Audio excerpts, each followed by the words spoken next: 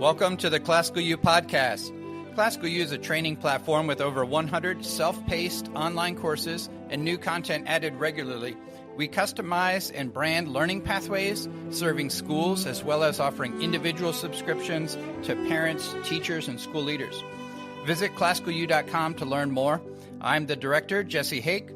On this show, I interview our course presenters as well as authors and leaders in classical education, talking about running a great classroom, teaching the human and fine arts, the great books.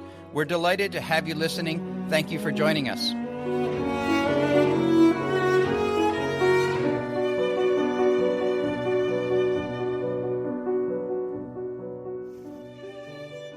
Welcome to the ClassicalU Podcast. I'm so delighted today to have Dr. D.C. Schindler as a guest on our show.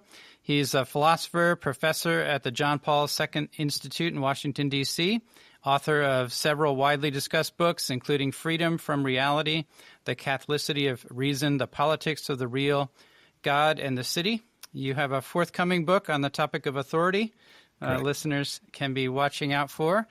Dr. Schindler's work explores the nature of freedom, truth, beauty, the metaphysics and roots of our political and cultural life. He's known and respected for bringing together ancient philosophy, Christian theology, and critiques of modern liberalism in a way that is both profound and deeply relevant to our challenges today. I'm so honored to have you as a guest on the ClassicalU Podcast. Thank you. Oh, thanks for having me. It's a privilege to join you here. Our audience are classical educators. We've got homeschool parents, teachers in brick and mortar K-12 schools. I know you've said you have some connection. I actually have heard you at a couple of conferences with classical educators, and was really inspired and hoped for a chance to chat with you based on those presentations as well as your scholarship and your writing. But what would you be willing to share about your personal connections or thoughts on classical schools and what has been going on that front, on the American landscape in the last couple of decades? Yeah, no, I mean we could spend the hour talking about that. We've been, my wife and I have been all in on the homeschooling project from the beginning. I mean, we both really treasure our own education in the liberal arts. And when my wife and I got married, we were both professors at Villanova. She had just received tenure there as we had our third child, and decided that it was more compelling to her to teach our children than the children of strangers. Although that is a very noble act too. But so she stepped off the academic path, and we both. I mean, my wife did obviously much more of the work. But we're committed from the beginning and homeschooled our kids up until up through 8th grade, and then our two boys the two older boys are in high school now, and we still have a daughter that's being homeschooled. But the boys are going to a new classical school here in the Washington D.C. area. Wow. And it's peopled with professors or teachers that I actually taught or we know in various capacities. So we're very much connected to the school there, and we through those people and a number of other connections through CERSI, through the ICLE. We have quite a few connections to the classical school. Oh, that's wonderful. Yeah, you're speaking of dear friends, CERSI Institute, ICLE, and the community you're describing of longstanding and meaningful, substantial relationships in the school setting is beautiful and kind of rare on the American landscape. But I think a lot of classical Christian schools are kind of achieving that, of generations coming back to the same school, relationships between teachers and local churches, things like that. It's so encouraging to see, and it really is. I mean, it's such a powerful, growing movement. Every time we enjoy one of the events of CERSI, for instance, we just see this burgeoning movement. I should mention too, we know people connected to the Great Hearts schools with Valor schools. Chesterton Academy. So Oh, wonderful. we've got connections with the movement all across different different models and organizations. And, well, that's exciting. That's great. Yeah, these are all dear friends and collaborators with us at Classical Academic Press and ClassicalU.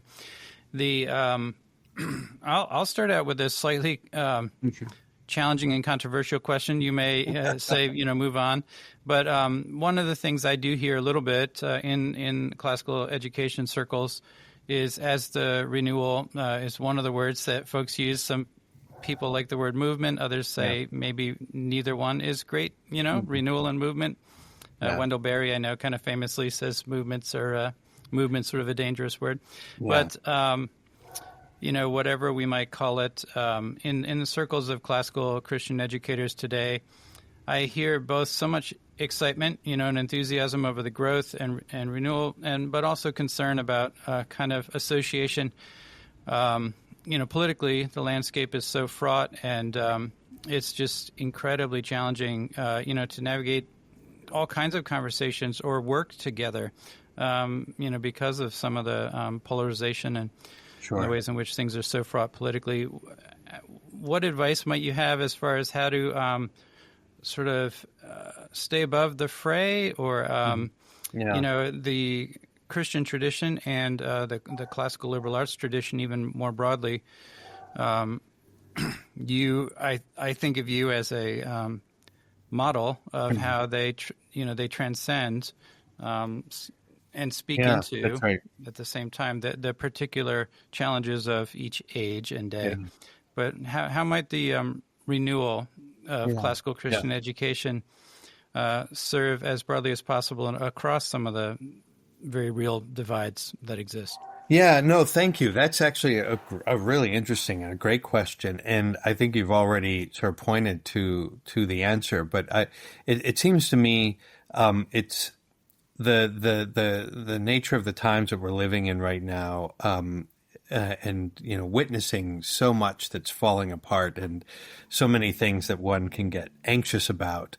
It would be very easy to fall into the sort of conventional sides of culture wars, and to think of the schooling project as fundamentally about the culture wars. And it seems to me that's a mistake, even though the kinds of things that are being fought over in the culture wars are absolutely of central importance.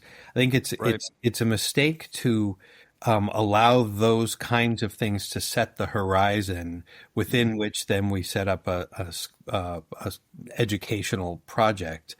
It seems to me it's got to be really the opposite. Ideology, I think, is one of the great evils of our time. Mm. And ideology is not just a creature of the left. I mean, there are also ideologies on the right. And what ideology is, it seems to me, is when one allows political categories, political in the modern sense of political. That's something we might want to talk about a little bit later. Yeah. We allow political categories to set the agenda, as it were, and become the touch point and the filter and the foundation for our thinking. And that's as attractive and compelling as that might initially seem because of the cultural problems we face. I think it's really catastrophic to allow that to happen. There can't be, in the end, any criterion more fundamental than the truth itself. Mm-hmm. And the whole the beauty of a liberal education and the great promise of it and the fruitfulness of it is precisely to recall this great human project, this human endeavor, really the human drama, which is to allow ourselves to be formed in the truth and for the truth. And the political questions and the cultural challenges, those spring out of this deeper vocation to come to understand reality, to receive the Western tradition in its fullest sense, and to receive the revelation of God in Christ as it's been lived in and through the Western civilization, and not only the West. I mean, the East too. That has to be front and center. And there's something, so, I mean, we call it liberal arts for all sorts of reasons, but one of the reasons is that is profoundly liberating. And it gives you a kind of a freedom, a distance a distance from some of the more pressing categories and concerns that the media and the culture at large are constantly sort of imposing on us. You get a freedom from that, so that you can still engage those things, but from a much healthier standpoint. Yeah. Thank you. You use the word horizons, I think, not letting the culture wars sort of define or set the horizons, among other images there. What are some practical ways with students, in the classroom to ensure that the right things are primary, or that the horizons are, oriented toward reality beyond the... I hear you not dismissing the sort of issues in the culture wars, saying, these are actually profoundly important battles and topics with reality and truth at stake, but nonetheless they can become ideologies or idols, and set the horizon. So how do you, in the classroom, in a practical way, what are some ideas for making sure that we don't allow the culture wars to dominate or sort of set the terms? Yeah, no, again, very interesting question. The tricky thing about a horizon is that it's precisely not so much what you talk about as the background against which you talk about other things. And so it's something that's very difficult to make explicit, and without really distorting what it might mean. It seems to me that the crucial thing is, that we, the first step always has to be positive rather than negative. So you can't begin by saying, let's avoid this. Let's put up, let's protect ourselves against that.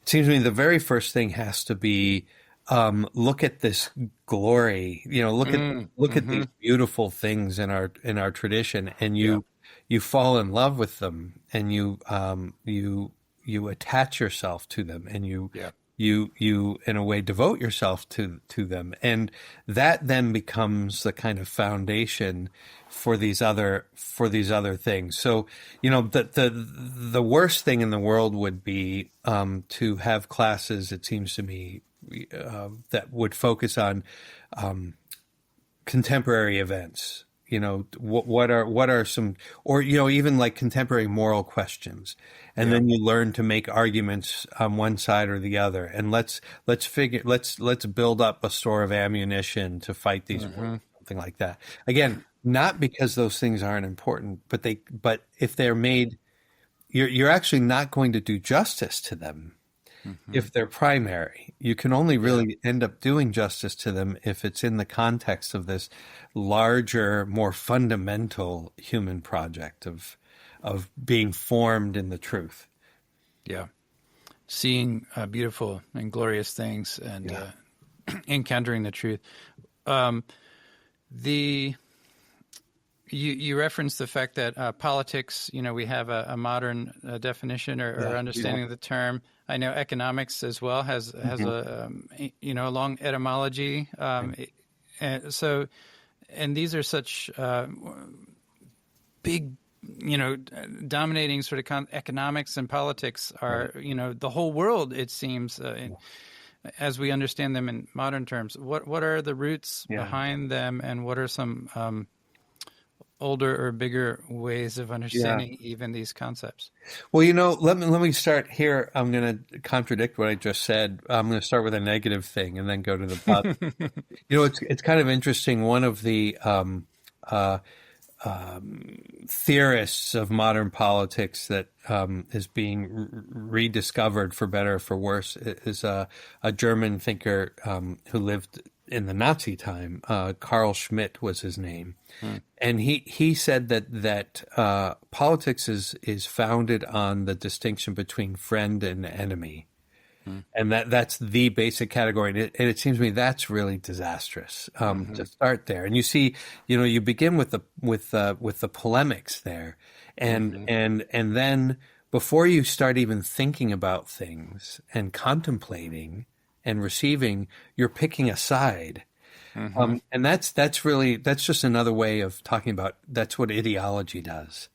Yeah. But the deeper sense of politics is not founded on friend-enemy distinction.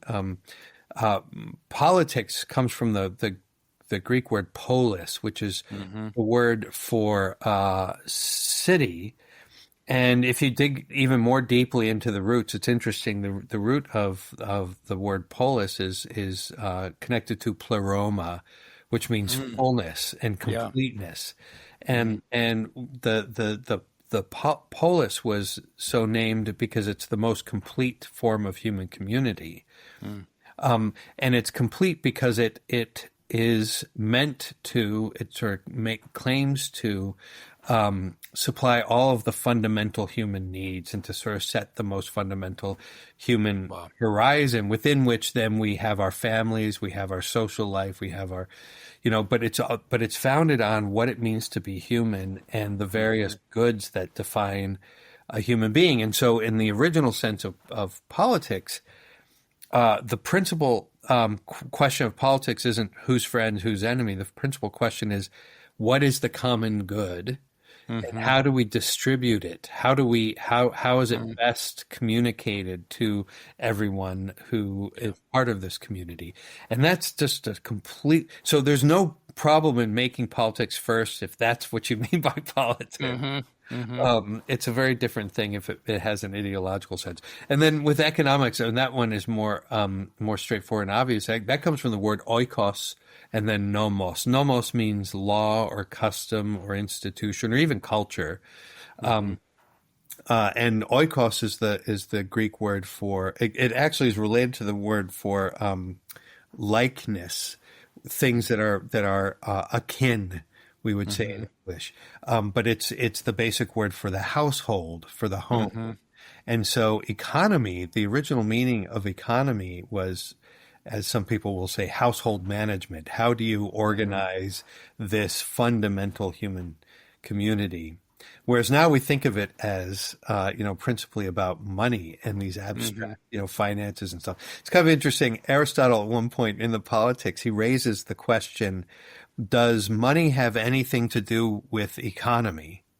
He actually raises that question, and it's really funny because he goes through a certain reflection and he ultimately says, no, it doesn't.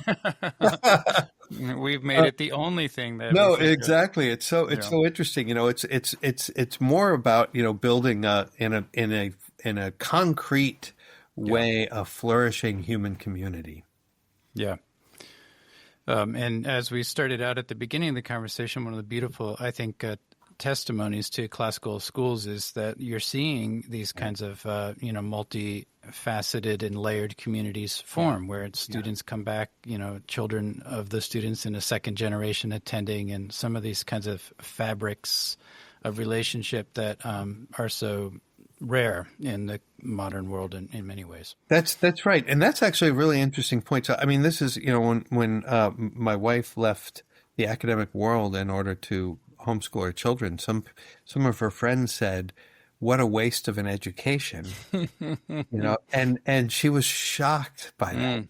And she said, what do you mean? This is precisely bearing the fruit of my education to be able to bring this to my children. I mean, that's this is one of the beautiful things about the homeschooling movement, properly understood, not as in the first place, a shelter against the world, although, it can also serve that function in some context it needs to. But the most fundamental point is that we're recalling the more traditional sense of what a home is, and it's not the private sphere over and against the public life. It's actually what the home is where one's relationship to the whole community is deepened and developed and nurtured.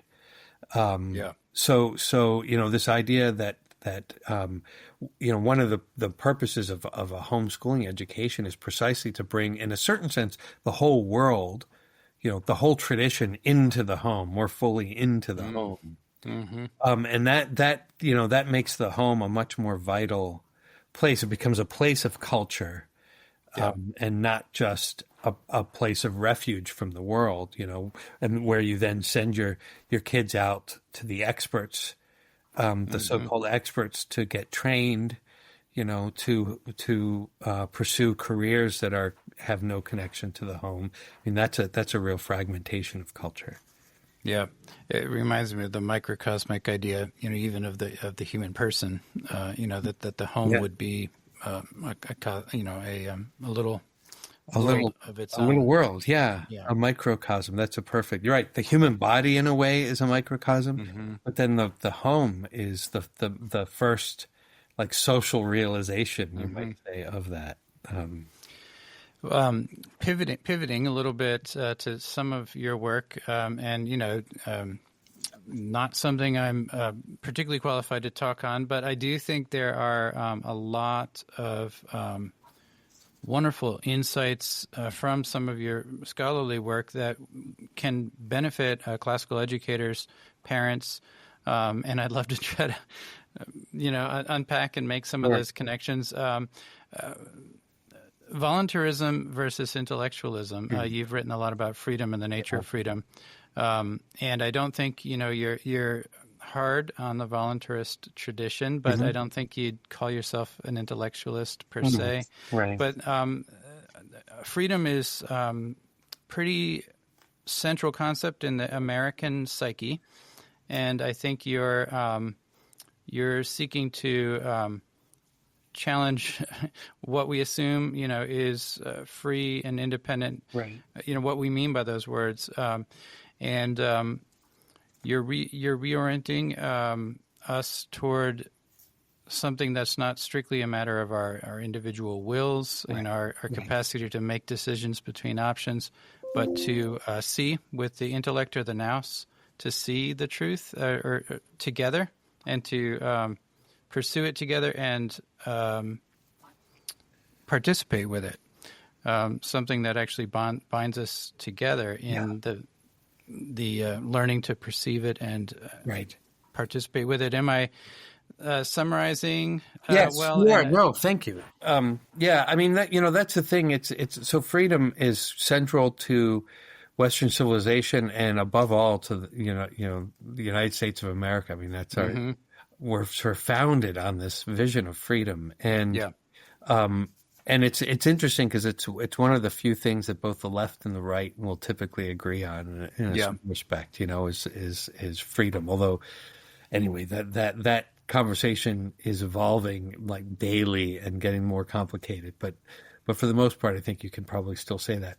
But it seems to me that everything turns on what we mean by freedom.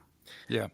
And typically I think the conventional sense of freedom is almost entirely identified with the power to choose. So we have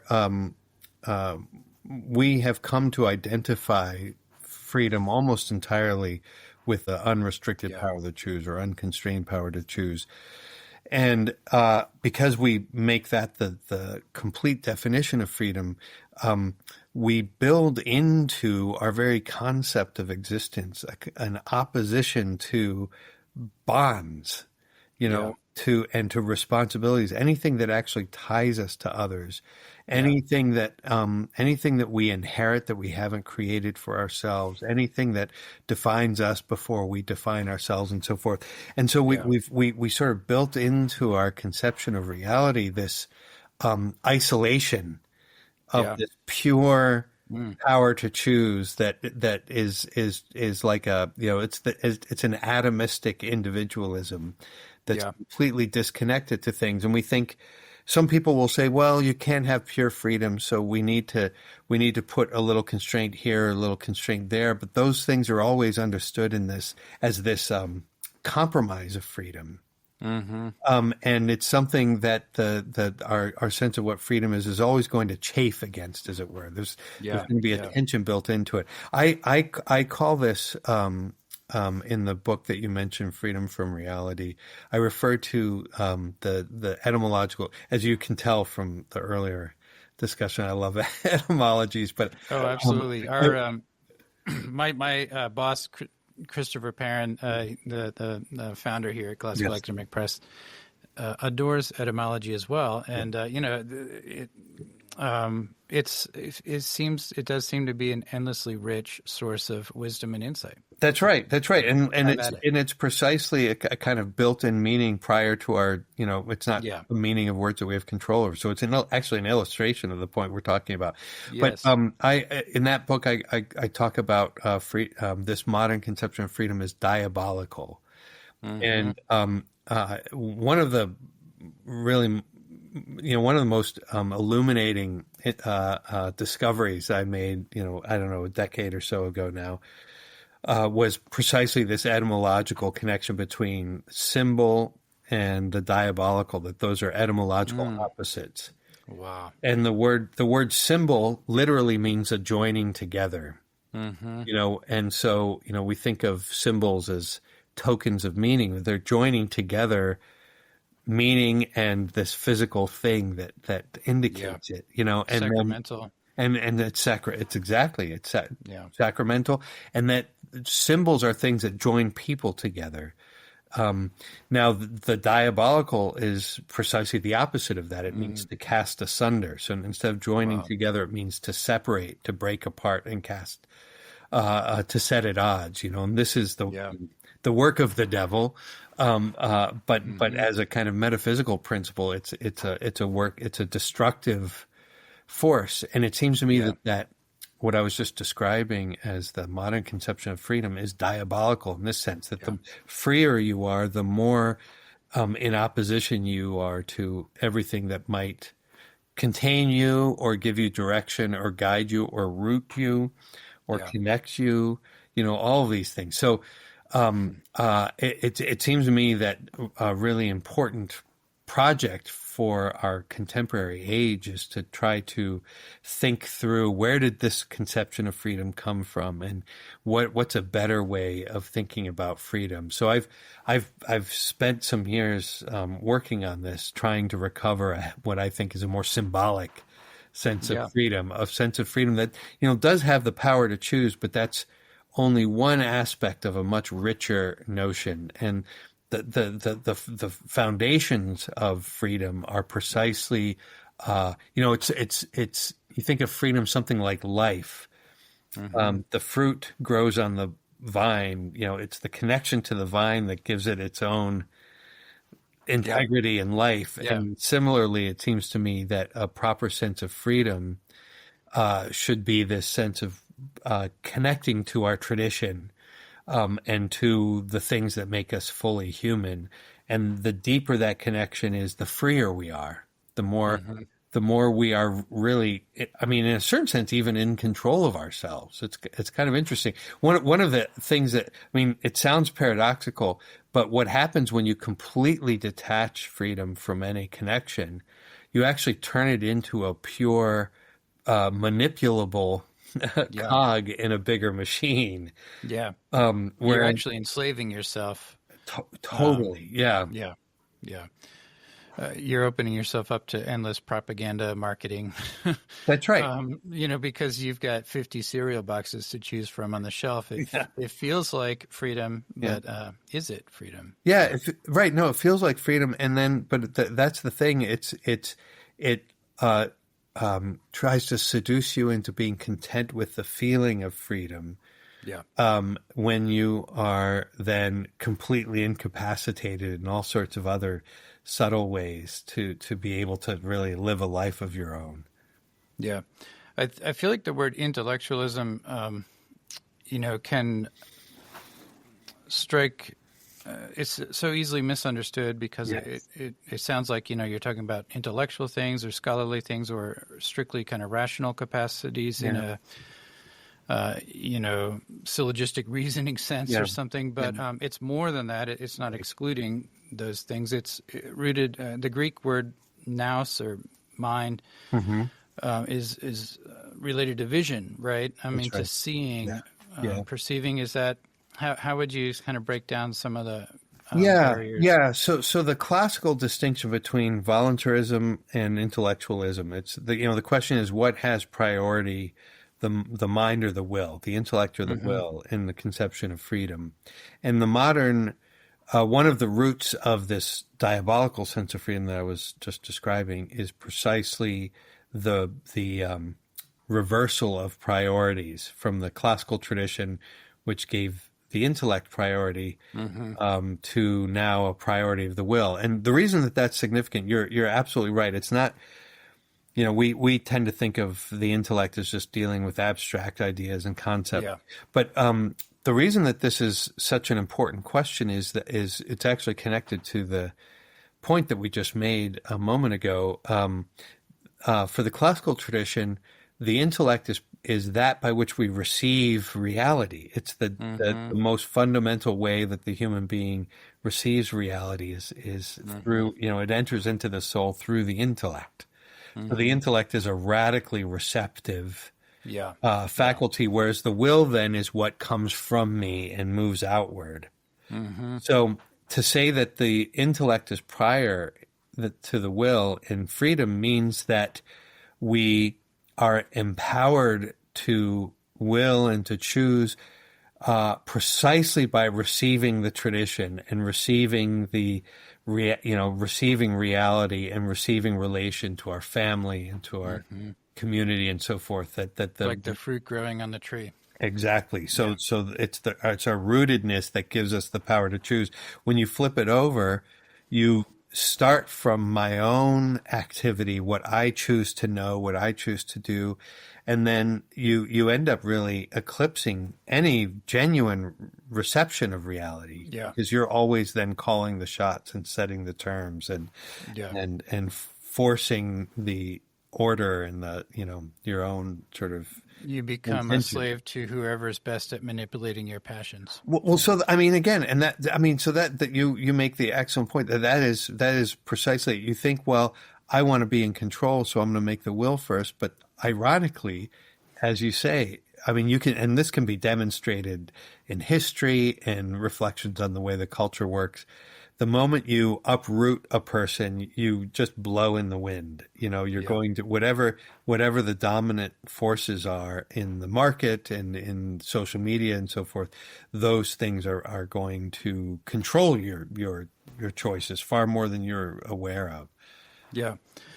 So for teachers, the liberal arts tradition, how do we connect this to students? How do we help students see some of the kind of traps of our modern assumptions in this regard? And the liberal arts, certainly as the liberating arts, as you put it, are intended to reinforce this classical understanding of freedom, right? That's exactly how does that work? How do we make it work? Well, it's sort of along the lines we were just saying, in a way, the fruit on the vine image again, the more fully you receive, so that the point of liberation or the whole endeavor to liberate starts by drinking as deeply as possible from the sources of our civilization, and that means study, and that means learning to read.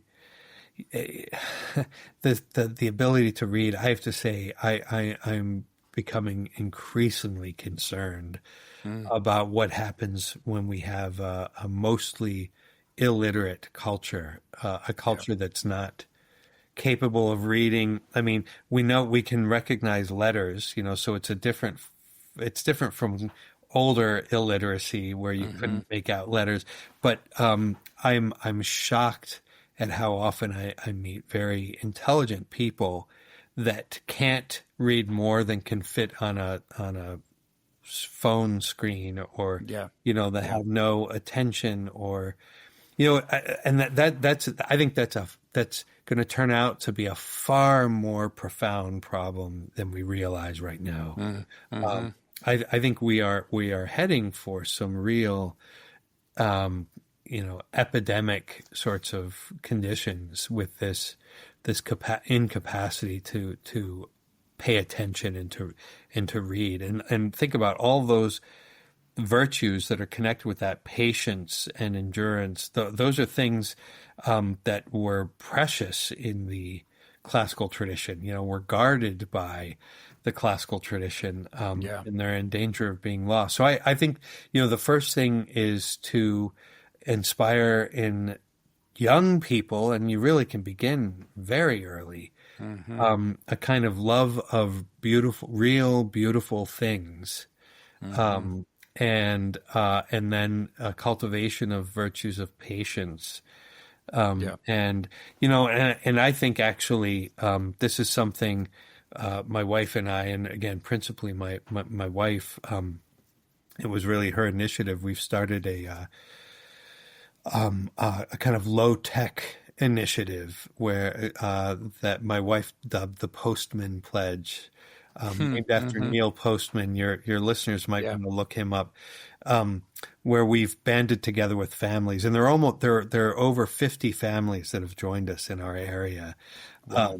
We get together frequently. So tomorrow we're doing a dance. We have live music at dances. Do Scottish, the traditional dances. We just last weekend we had a field day where we have this massive kind of potluck picnic and all kinds of sports laid out.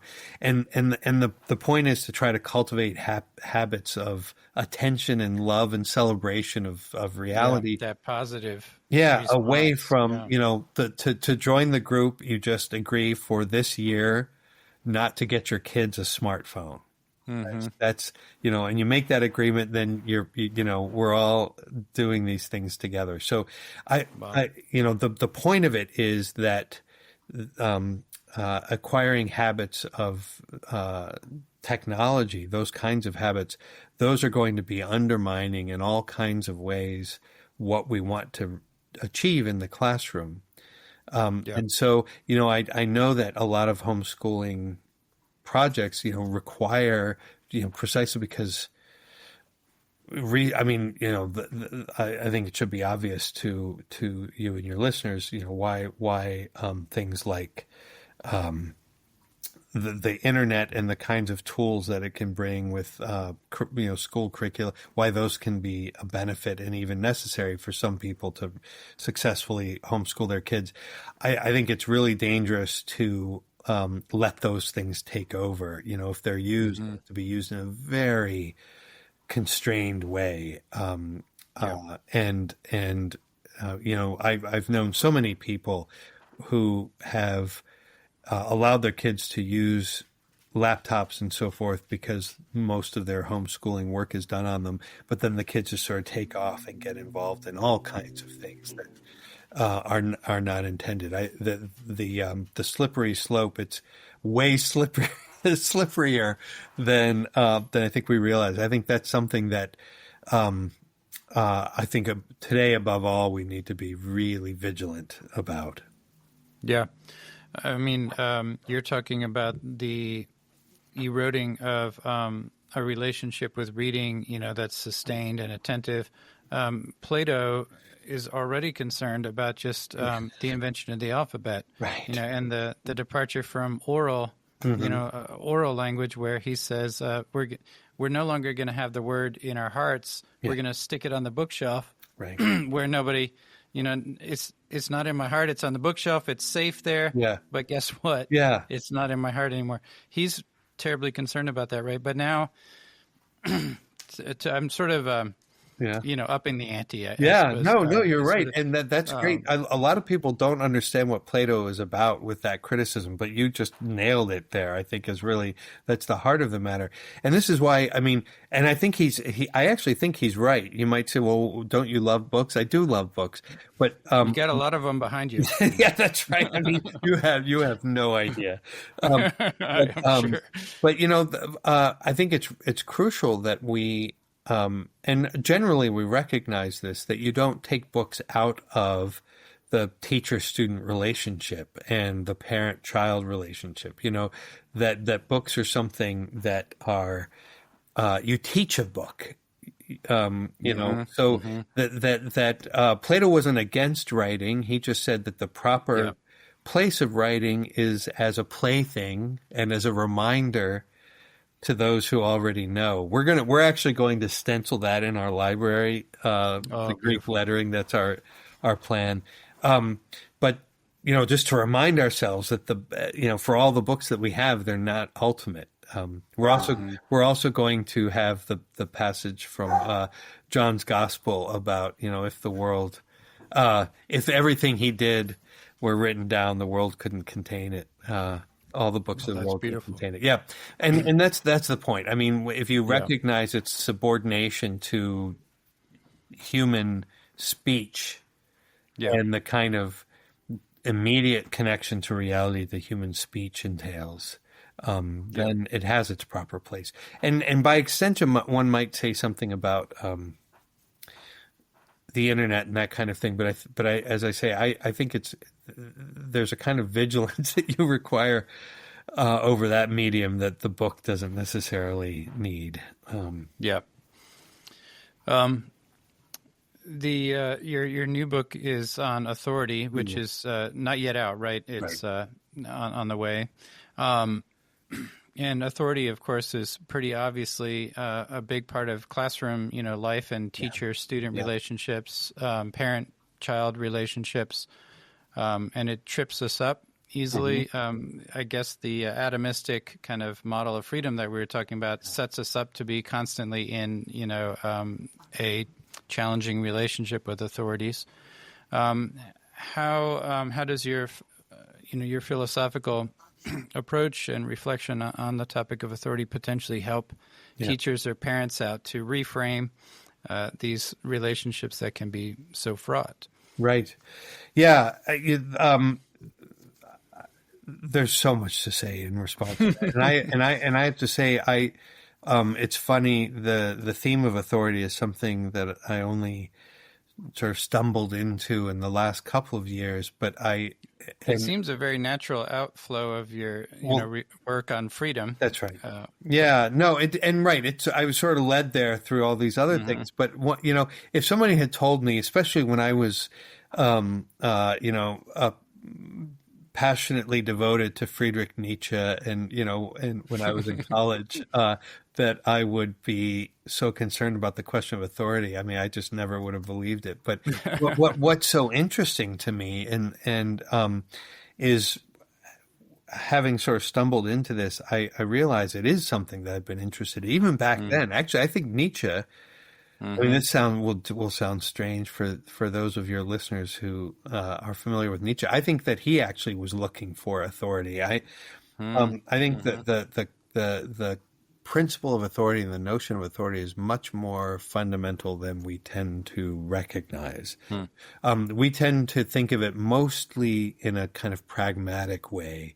You need to have somebody in charge, or else things will kind of go astray. And most people think that in a perfect world there would be no authorities. Everybody would just sort of know what to do. So if there were no fall, for instance, there would be no authority. What's that quote about? If the angels don't need a government, or that's right. But the thing is, I actually think that's false, and it's actually profoundly significant that it's false. And to get into the whole thing would it's not something we can really do in just this conversation, but just to point to a couple of things. First of all, on a pragmatic level or practical level, authority isn't just compensation. It's not just a response to disorder, but it's one of the things that makes order possible.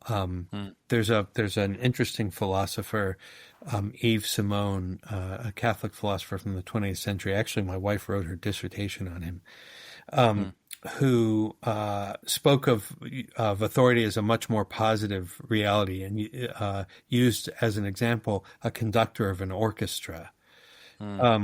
You need to have a conductor in order to have the orchestra playing properly together, and for each of the instrumentalists really to flourish. And that's not because there was a disorder there. It's not like only fallen orchestras need conductors. Even presumably the heavenly choir will have a choir leader, and that there's something about having a concrete, real principle of unity, that a kind of an incarnate principle of unity that can gather multiplicity up and give it direction and focus. That's again, that's not a response to a fallen state or a kind of a response to disorder, but it's actually a positive good. But that's just even looking at the practical dimension. It seems to me that that authority also belongs to the order of the true and the order of the beautiful. We tend to think of authority simply in the practical order, but it has a relationship to the beautiful and the true as well. And that's one of the things that's been a kind of a big discovery for me, is that authority has something to do with setting the horizons. We talked about horizons in the beginning. I think an authority symbolically, and now I'm going to use this other word we used earlier, as a kind of living symbol, sets the horizon within which life unfolds. And so that's a horizon, and I say life unfolds, not just it's practically ordered, but our very way of understanding things and thinking about things is opened up within a horizon that is set by an authority. And I, that might sound sort of strange to say, but it's something, I'd ask your listeners just to think about that and think about how, the greatest teachers that they've had, it's not just the information that the teacher was communicating. There's something about the incarnation of the love of truth that the teacher presented that opened up the world and made it more interesting and enabled you to think about the things that he suggested. So it seems to me that that's what an authority does. And it's when you realize that, you begin to see the depth of the crisis that we face, because our first of all, there are very few genuine authorities in the world right now, and those who are in positions of power is something different from authority. Those who are in positions of power tend not to be authorities in this deeper sense, as bearing witness to the meaning of reality. They tend to be just master manipulators. Whether we like, we're happy they manipulate things for the good guys rather than for the bad guys, but they're still just master manipulators, and that's not sufficient for a full human existence. Yeah. An authority isn't just getting things done; they're making life together possible. Yeah, that's right. Your book isn't out. I've listened to some other interviews and podcasts where you've been talking about it, kind of drawing off of those. I've heard, I believe, there's a sense in which, because authority is opening the horizon to beauty and truth, and by setting a horizon, making a world, putting, when you put a horizon out there, you've given someone a world to be in with you. But the authority and the person receiving the authority are both in relationship to the truth of the beauty that's being represented, right? That's right. And that puts us in a side-by-side relationship in some sense with authorities, where we're both seeking sort of together to participate in a reality that the authority is representing to us by putting this horizon out there for both of us. Yeah, that seems profoundly true to our experience in the best classrooms, where the subject or the great book we're reading, the teacher gives to themselves as well as to the student the opportunity to love and to engage. Right? No, that's right, and that highlights so power. I make this distinction between power and authority. Power's a good thing, but it's good when it's it seems to me, at the service of authority. But if you separate it from any authority, then, the teacher who is just a kind of instance of power will impose a vision of things, and this is my will that I'm forcing you to do, and there you see there's a kind of polemical relationship that's a diabolical, really, but a polemical relationship right at the foundation, where it's a power struggle, from start to finish. An authority is in the first place one who bears witness to a truth that exceeds him or her. You bear witness to a truth, and precisely because you bear witness to it, you're under that truth. And you are serving something greater than yourself. But that means that the one to whom you're communicating authority becomes himself a kind of an authority. And then capable of passing it on, so that authority, actually, again, we love etymologies here. The word authority comes from the word auctor, auctoritas, so author, but even deeper, that word itself comes from the verb augere, which is the root of the word to augment, to increase. And what authority, power can't share itself without diminishing. But the very nature of authority is actually to generate more authorities. It multiplies itself. And it's a much more organic and living sort of relationship then. Are there agricultural or organic connections to those roots you're describing? That's interesting. That would be interesting to explore. I mean, the most immediate root is the Roman, the origins of the Roman civilization, that the word was coined. And you have certain thinkers like the German philosopher Hannah Arendt, who says that the Romans are really the only culture that had a sense of authority. It's kind of interesting. I disagree with her, but there's something for a variety of reasons. But there's something insightful there, and for them, authority was closely connected to the founding of Rome, and then the founding families. So there was it was kind of an organic metaphor in this sense that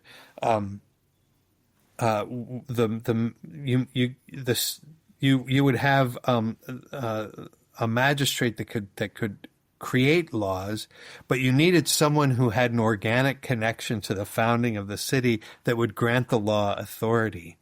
So the authority isn't one who would invent or impose his will, but would, in a way, bear witness to something that precedes something deeper and conveys the power of that something deeper to something other than themselves. So, but it is a kind of organic. There was a bloodline for the Romans, the founding families. And I think that again, the vine and the branches is such a beautiful exposition of the very same point. Well, that's the application in the classroom, of that point that an authority is begetting other authorities, inviting. I mean, just by blessing students with true authority, you are making them authorities. That's right. That's counterintuitive because of our conflation, I guess, of power. That's right. With authority. But I mean, you see this the success of a teacher is a child that can do it for himself. And we've come to really misunderstand what docility, that has become almost a derogatory word these days. If somebody is docile, to describe someone as docile in our culture means that they have no will of their own, they're weak, they're passive. But I mean, that's actually, docile means someone who's able to receive authority And one who's docile, then actually the sign of docility is precisely this independence, a capacity to act on your own. Wow. It's a very different way of thinking about it. Yeah. Yeah, we seem to, get almost every single word backwards these days. Yeah, that's right. I mean, because almost perfectly backwards. Because we're severing diabolical. them. Yeah, it's diabolical. We're severing it from the roots, actually. Yeah. Yeah. Well, I'll throw out two other question or kind of topic ideas and give you a little bit of the wrong kind of use of the word freedom. Choice. Yeah. Exercise your will. On kind of where you might want to wrap up with our last few minutes. But one you've written a little bit about integralism, and there's multiple versions of it, points and meanings to that word, but the political kind of questions surrounding Christian nationalism and some of that are to get back to the very fraught kind of hot topic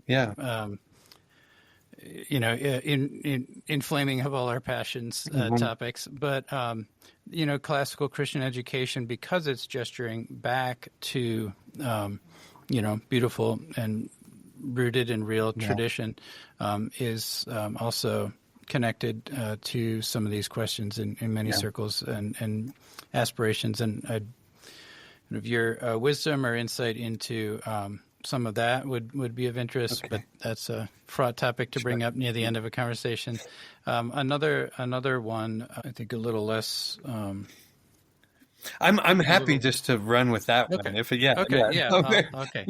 No, because I think it's an important question, and the importance is increasing these days because there is such a tension that seems to be building in our culture, and I think one of the reasons that this becomes such a complicated question is that we have so fully identified political authority with political power, and come to think of the state as, to use the language of Max Weber, basically, that which has monopoly over coercive power. That's what we think of the government, is just this power to coerce. And it seems to me that we start with that, and then we ask whether one of the things that the state should coerce is Christianity, is religion. And it seems to me, we have to refuse that to allow that to set the terms of the question. We need to actually transform our understanding of what government is and what state is, what nation is.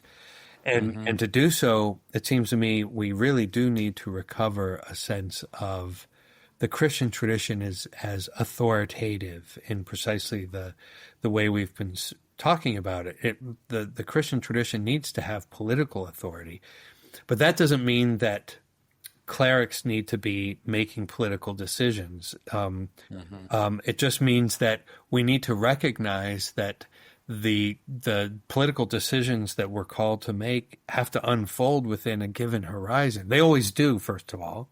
And it's best if that horizon is the one that's established by, what has really defined Western civilization from the beginning. But that doesn't mean that religion should collude with coercive power. So I was talking to my son about this just a couple nights ago, and I was explaining to him. I said, we would recognize our parish priest as an authority, right? And he represents the church, and he said yes.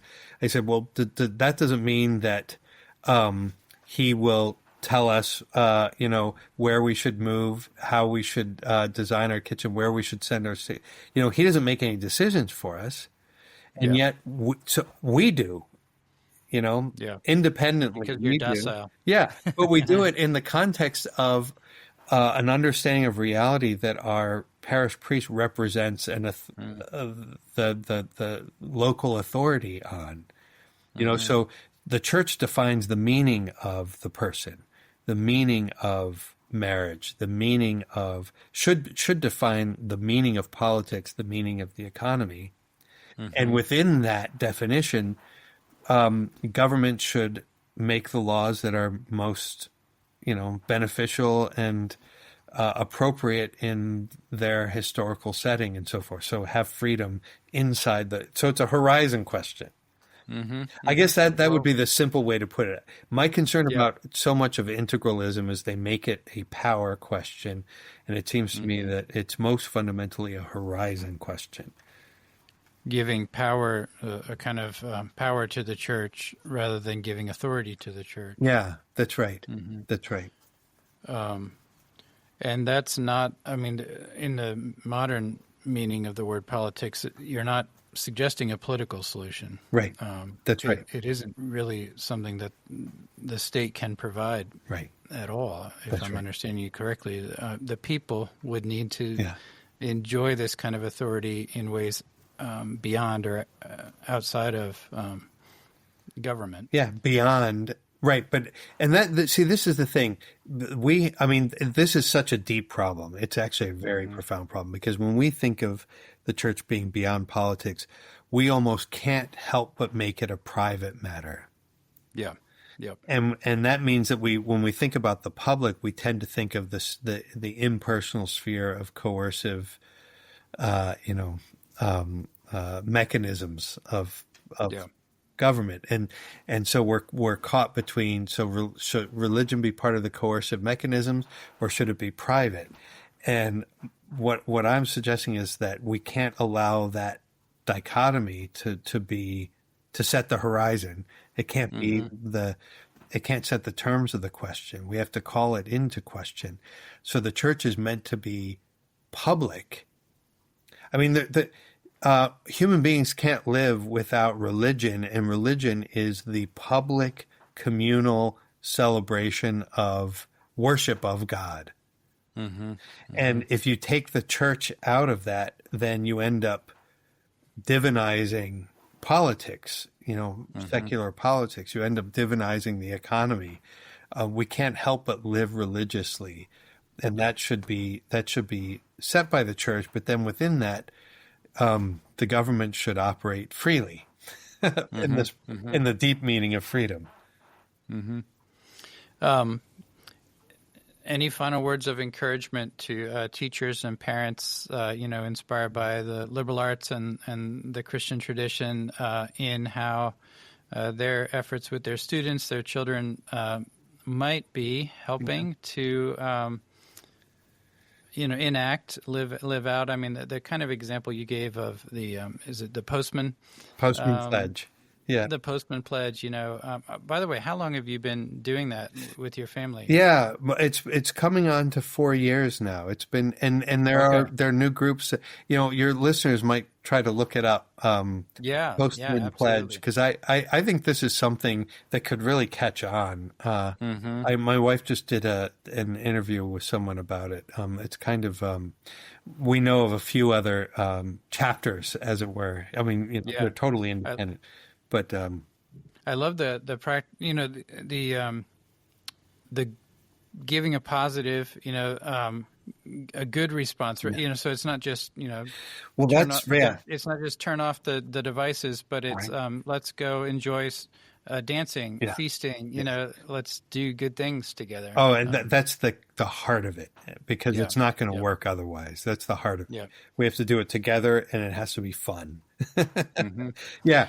So just a word of encouragement. I think that one of the most hopeful signs in the world right now is the interest that is growing in classical education in America. I just find it a thrill to see, and something just totally positive. And if we are going to recover a proper sense of authority, it's going to be in this grassroots sort of way. This recovery, as you put it, of classical education. Well, thank you. Yeah, within homes, parishes, schools, in concrete, embodied ways. Yep. Thank you so much, Dr. Schindler. I encourage folks to look up the books, look up the articles, the other podcasts. I think we've just, suggested, pointed, gestured in very small ways to many of the wonderful implications, I think, for teachers to understand better the tradition, to open up the horizons for their students. So thank you. Appreciate your time. Yeah, thank you. Thanks for having me.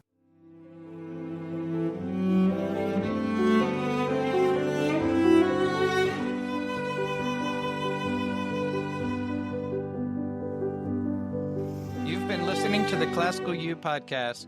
Thank you for tuning in and for following us with our courses, training teachers, parents, school leaders on ClassicalU.com. Our training platform is owned and operated by Classical Academic Press. As listeners, you can purchase any book from Classical Academic Press outside of our digital items, as well as any ClassicalU subscription at our special listener discount of 10% off. Just enter the code CU Podcast, all one word, at the point of purchase to receive this discount on any book or ClassicalU.com subscription. Finally, please also watch for live learning webinars in collaboration with Scholia Academy, which offers live online courses for primary and secondary students. Thank you for listening.